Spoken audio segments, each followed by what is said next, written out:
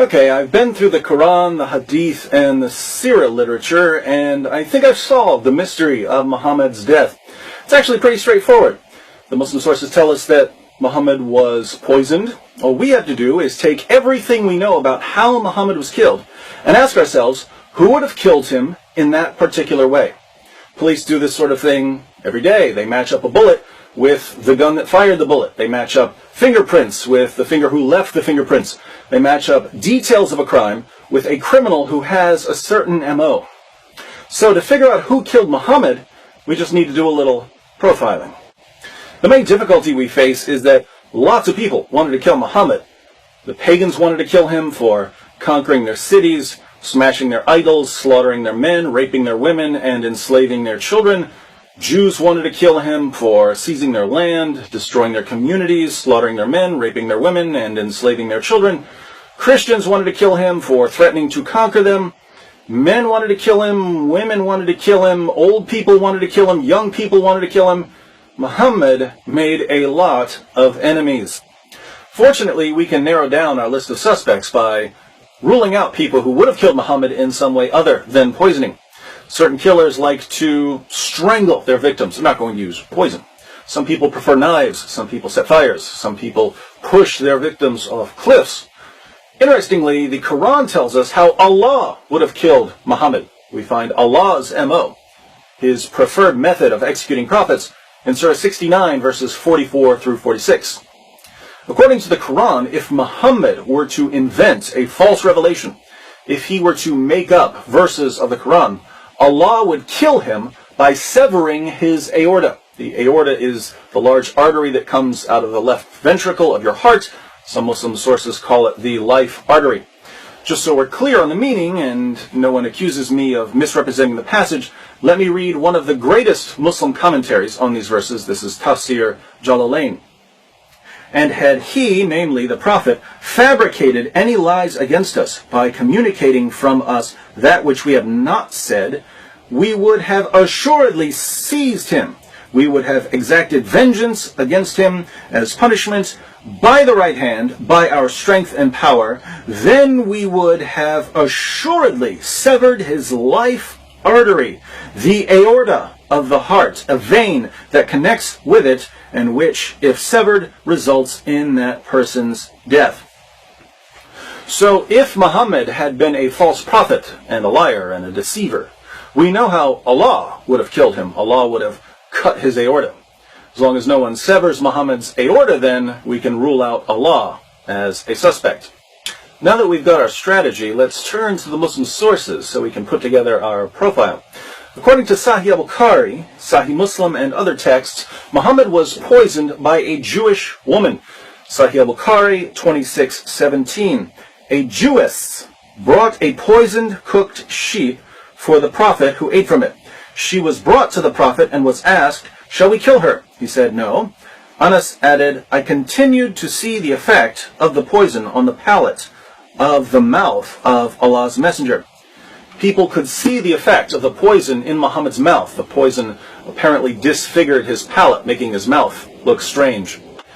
Sahih Muslim 54:30. A Jewess came to Allah's Messenger with poisoned mutton, and he took of what had been brought to him. When the effects of this poison were felt by him, he called for her and asked her about that. Whereupon she said, "I had determined to kill you." Thereupon he said, "Allah will never give you the power to do it." Muhammad tells this woman, "Allah will never allow you to kill me." Yes, Muhammad didn't know Allah very well, because the poison ultimately did kill him. In case you're wondering why this woman wanted to poison Muhammad, she tells us in Ibn Sa'd. The apostle of Allah sent for Zainab bint al-Harith, that's the woman who poisoned him, and said to her, "What induced you to do what you have done?" She replied, "You have done to my people what you have done. You have killed my father, my uncle, and my husband, so I said to myself, if you are a prophet, the foreleg will inform you. And others have said, if you are a king, we will get rid of you." The woman poisoned Muhammad because he slaughtered her family. But there's a plot twist here, my friends. You see, Zainab didn't act alone. She had a co-conspirator, someone working behind the scenes, pulling the strings. Sahih al-Bukhari 44:28. The Prophet, in his ailment in which he died, used to say, "O Aisha, I still feel the pain caused by the food I ate at Khaybar, and at this time I feel as if my aorta is being cut from that poison."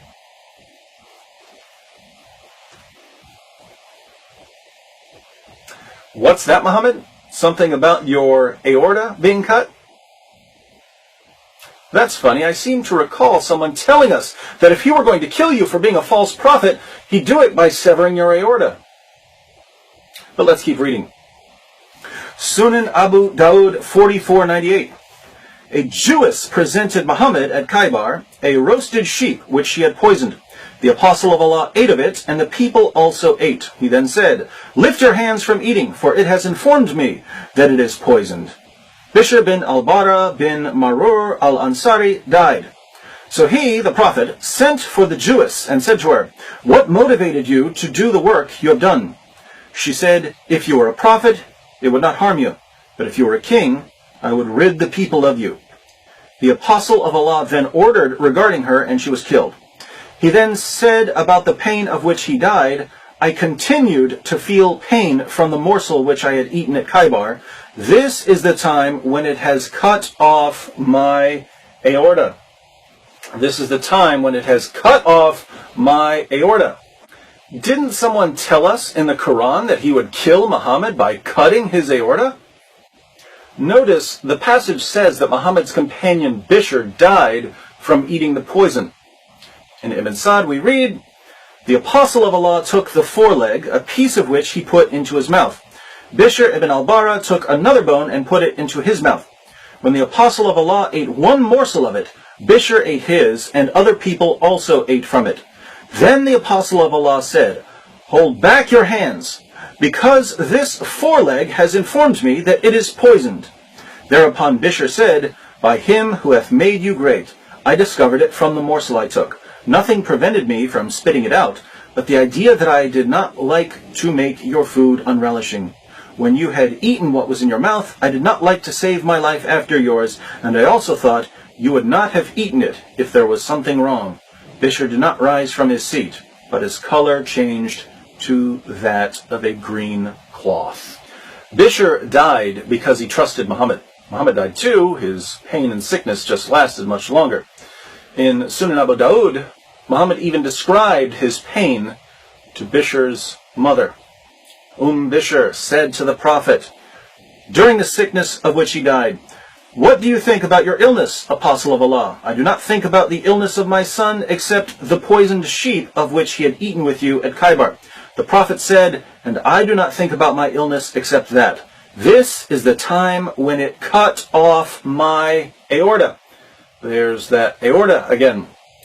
Tabari, page 124, "The Messenger of God said during the illness from which he died, the mother of Bishr bin al-Bara had come to visit him. Bishr, at this very moment I feel my aorta being severed because of the food I ate with your son at Khaybar." According to Aisha, Muhammad was in total agony before his death. Sunan ibn Mاجاء 1622, Aisha said, "I never saw anyone suffer more pain than the Messenger of Allah." In the end, Muhammad couldn't even walk on his own. His followers had to drag him around. Sahih al-Bukhari 2588, Aisha said, "When the Prophet became sick and his condition became serious, he requested his wives to allow him to be treated in my house, and they allowed him. He came out leaning on two men while his feet were dragging on the ground." Now, since the Quran says that if Muhammad were a false prophet, Allah would sever his aorta, and Muhammad eventually admitted that he could feel his aorta being severed, you might think we have a pretty good reason to reject Muhammad and his religion. But you're wrong. If you look more closely, you'll see that we have at least 10 good reasons to reject Muhammad here. First, think about Muhammad's argument in the Quran. "If I'm a false prophet, Allah will cut my aorta." People who make silly claims like this usually aren't prophets. "I am a prophet. If I'm not, may God strike me with lightning." "Oh, no lightning. This proves I'm a prophet." When someone uses that kind of reasoning, chances are he's a false prophet. But that's exactly how Muhammad argues in Surah 69. Second, even though these "God will strike me down" claims are usually enough to spot a false prophet, I believe that God sometimes makes things even more clear and obvious for us. If someone's running around saying, "I'm a prophet, God didn't strike me down," God might ignore him, but in some cases God might decide to thoroughly disgrace and humiliate him. And if any false prophet in history was a candidate for divine judgment, it was Muhammad. Now, Surah 69 was a Meccan surah, meaning that Muhammad was reciting this to his followers for years. He spent years telling his companions, "If I'm a false prophet, God's going to sever my aorta." My friends, there are thousands of ways to die. Do you really think it's a coincidence that Muhammad died in exactly the way the Quran said he would die if he's a deceiver and a false prophet? Looks like divine judgment to me. Third, I don't want to call Muhammad stupid because that wouldn't be politically correct. But let's think about this for a moment. Muhammad and his followers attack Khaybar. After the Muslims kill a bunch of men and rape a bunch of women, standard practice for Muslims back then, a Jewish woman comes up to Muhammad. The Muslims had slaughtered her family, and she offers to cook dinner for Muhammad and his band of merry men. And Muhammad accepts her offer. "Sure, I love lamb. So nice of you to cook dinner for us after we butchered your father and your husband." Look, if Muhammad doesn't have enough common sense to realize he probably shouldn't eat that lamb, why should we trust anything that comes out of his mouth? Sorry, you're not a real prophet. Fourth, despite the fact that Muslims had slaughtered her family, the Jewish woman, Zainab, was actually open to the possibility that Muhammad was a prophet. She gave him the poison as a test. If he were a true prophet, he wouldn't eat it. If he were a false prophet, he'd die. Since Muhammad died from the poisoning, he failed Zainab's test. Fifth, Muhammad's companion Bishr could taste the poison as soon as he put the lamb in his mouth. Why did he keep eating? He kept eating because he believed in Muhammad. There's no way this lamb is poisoned. Muhammad is eating it. He's the prophet. Bishr's faith in Muhammad got him killed. And I'm willing to lay this down as a rule. If I can't trust you with my dinner, I definitely can't trust you with my salvation. If you can't figure out what's waiting for you in food, how could you possibly know what's waiting for you in the afterlife? Sixth, when Zainab told Muhammad that she had poisoned him, Muhammad said that Allah would never allow it. But Allah did allow it. So if Muhammad was wrong about Allah then, please explain to me why I should trust him when he tells me other things about Allah. Seventh, Muhammad claimed that the lamb he was eating spoke to him and told him that it was poisoned. So he got a special revelation because he was a prophet. Two questions. One, why didn't the roasted lamb say something 5 minutes earlier, which would have saved Muhammad's life, not to mention Bishr's life? And two, why did Muhammad need a revelation when you could taste the poison? Isn't this proof that Muhammad was actually making up revelations? Isn't it obvious that he tasted the poison, same as Bishr, but instead of saying, "Hey, I taste poison," he said, "It's speaking to me. I'm a prophet." Sounds like a fake to me. Eighth, think about the justice here. The justice is just a little too poetic. This can't be a coincidence. Muhammad did more than anyone else in history to provoke hatred against Jews. Muhammad did more than anyone else in history to oppress women. Muhammad told his followers that women are stupid. And then Muhammad died a miserable, humiliating, wretched death after being outwitted by a Jewish woman. So God didn't merely disgrace Muhammad by severing his aorta, thereby identifying him as a false prophet. God added to Muhammad's degradation by severing his aorta through the hands of a Jewish woman seeking vengeance against the man who had brought her community nothing but death and rape. Ninth, according to the Quran, when the Jews tried to kill Jesus, Allah intervened and rescued him. This is Surah 4, 157 and 158. Allah took Jesus safely to paradise. He wouldn't give anyone the victory over Jesus. But when a group of Jews wanted to kill Muhammad, what happened? Allah sits back and watches as a woman poisons his prophet, and he does nothing as his prophet dies a humiliating death. Why does Allah protect Jesus from harm, zips him straight to paradise? Then when he turns around and sees Muhammad wallowing in freakish misery, Allah doesn't lift a finger to help him. Sounds like Allah was showing a little favoritism. Don't mess with Jesus, Allah won't let you. But go ahead and feed Muhammad some rat poison, Allah doesn't care. Finally, Muhammad's greatest wish was to die in battle. Sahih al-Bukhari, 2797. The Prophet said, "By him in whose hands my soul is, I would love to be martyred in Allah's cause, and then come back to life, and then get martyred, and then come back to life again, and then get martyred, and then come back to life again, and then get martyred."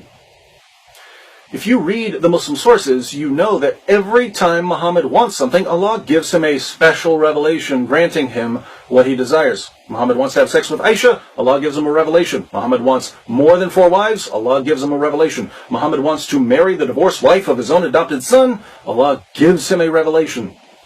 Allah's got nothing to do but sit around all day making Muhammad's dreams come true.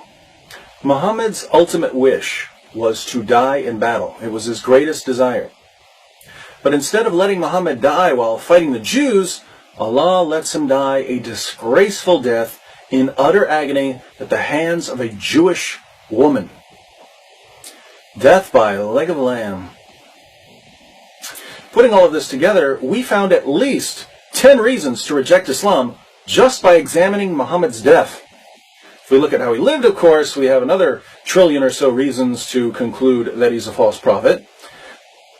But let me be perfectly clear. Nothing I've said about Muhammad comes anywhere near what God said about Muhammad. God is the ultimate critic of Muhammad. So what are you going to do, my Muslim friends? Are you going to run around calling God an Islamophobic bigot because he insulted Muhammad? Or are you going to accept correction from the Almighty? Islam means submission. You Muslims think it refers to submission to God. But God's already given his answer. He commands you to reject Muhammad. If you continue believing in Muhammad, what you're really saying is, God can't make me stop believing in Muhammad. I don't care what God says. I'll believe Muhammad anyway. But in that case, Islam isn't submission to God. It's submission to Muhammad.